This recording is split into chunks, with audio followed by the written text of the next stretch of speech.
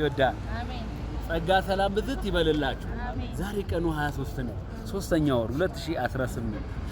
በጣም በደስታ የምንሰብከው የምናከብረው ንጉስ ኢየሱስ አለ። አሜን የትኛውም ጠንቋይ፣ የትኛውም ደብተራ፣ የትኛውም መተተኛ አሜን አሜን ክብር ለስሙ ይሁን። አሜን። ምን አለ? ለጠንቋይ ደጋፊ ከሆንኩ ግቼዋለሁ፣ አንተንም ጨምሬው ግቻለሁ ማለት ነው። ሃሌሉያ ኢየሱስ ያድን። አሜን። ይወጋ የዲያብሎስ ስራ ይፍረስ ስል አይፍረስ ካል ካንተም ፍረስ ነው የምልህ። አሜን ኢየሱስ ያድን። አሜን። ምን አይነት ነገር ነው? ምን አይነት ነገር ነው? ይፍረስ ነው ያልኩት፣ ይፍረስ በኢየሱስ።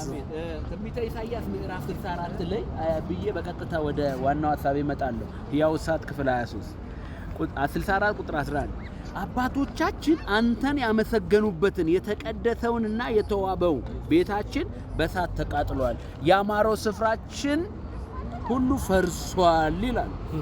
እግዚአብሔር ዝም አትበል እያሉ ያወራሉ አባታችን አቡነ ኢሳይያስ።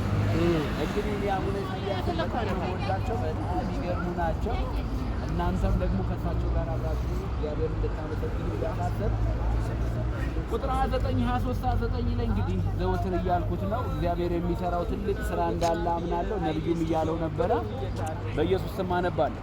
በውኑ ቃሌ እንደ እሳት ድንጋይን እንደሚያደቅ መዶሻ አይደለችምን? ይላል እግዚአብሔር። አሜን። ጌታዬ በእሳት ተገለጥ።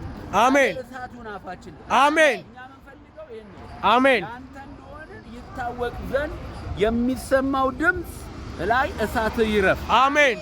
ሁለት ደግሞ ቃልህ ማድቀቅ ይጀምር። አሜን። ትዕቢተኛውን፣ ትምክህተኛውን፣ ሐሰተኛውን ማድቀቅ ይጀምር። አሜን። እውነት በምድር ላይ ተከብራ ትኑር። አሜን። በቃል ላይ የሚያምፁ የሚሸፍቱ ሸፍጠኞች ስራቸው ይፍረስ። አሜን። ቃልህ ይከበር በእኛ ዘመን። አሜን። በኢየሱስ ስም ስምህ ይከበር በዚህ ዘመን። አሜን። እግዚአብሔር ሆይ ተመስገን። አሜን። አሜን። አሜን።